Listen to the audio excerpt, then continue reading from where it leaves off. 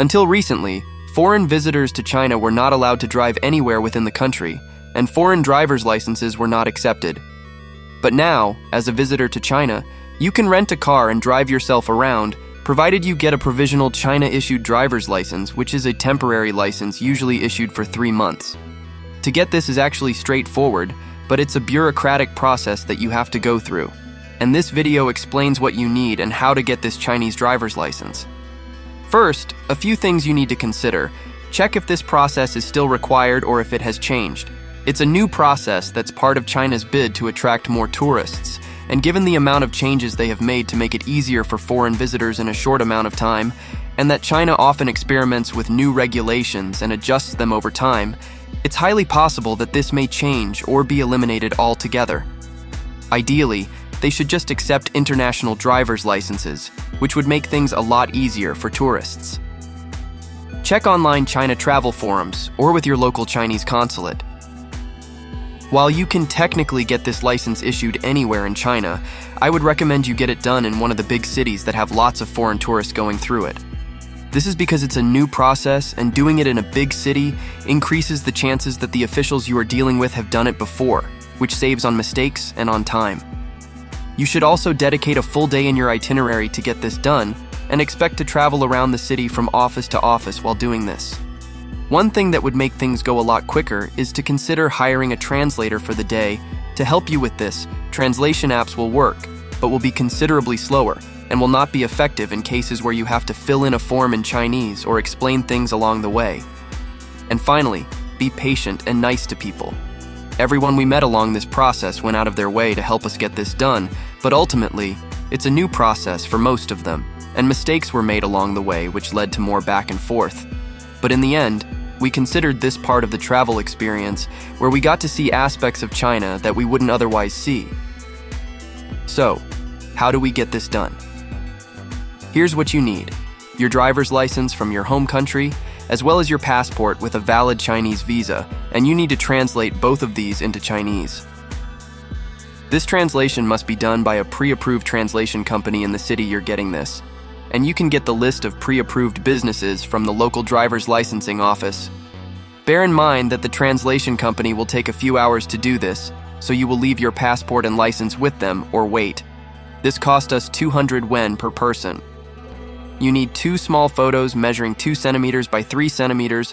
One will be placed on the license, while the other will be placed on the application form, which will be printed out by the traffic officer at the licensing office. For you to get a license, your hotel must issue you a residency letter with their official stamp on it, showing your name, passport number, dates of stay, and contact information. You then take this letter to the local community policing office, which is different from a police station, who will then use it to issue you a registration certificate that you can then take, along with all these other documents, to the driver's licensing office to get things done. And it will cost you 5 yuan license fee for each license you are getting. Now, how should you start all of this? At your hotel.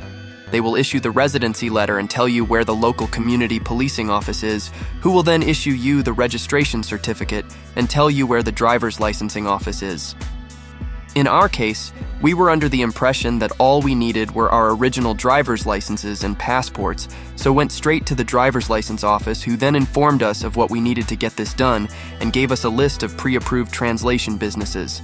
So we called the hotel, asked them for the letter, then went to the translation company, left our passports and licenses with them while we looked for a shop to take our photos, which we did.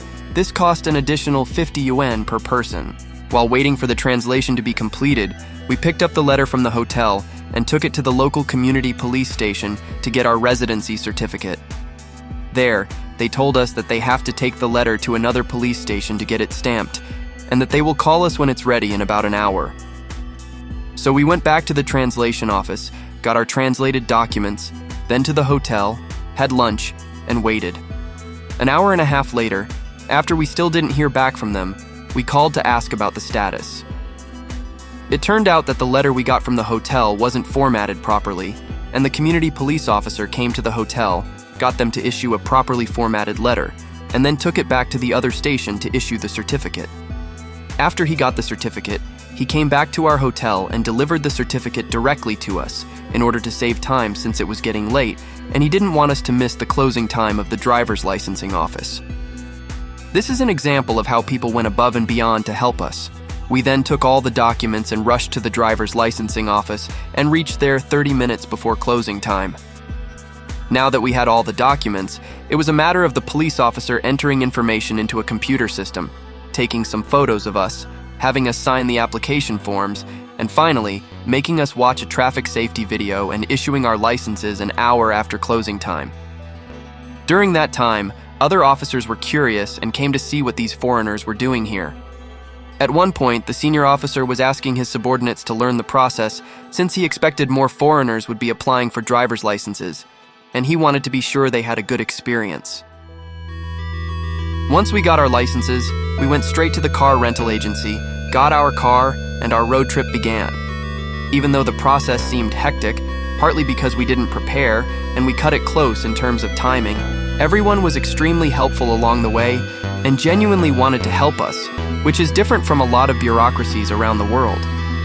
In the end, it was well worth it as we spent 2 weeks on a road trip across Xinjiang and got to access places and do things that would be a lot less convenient without a car and at our own pace.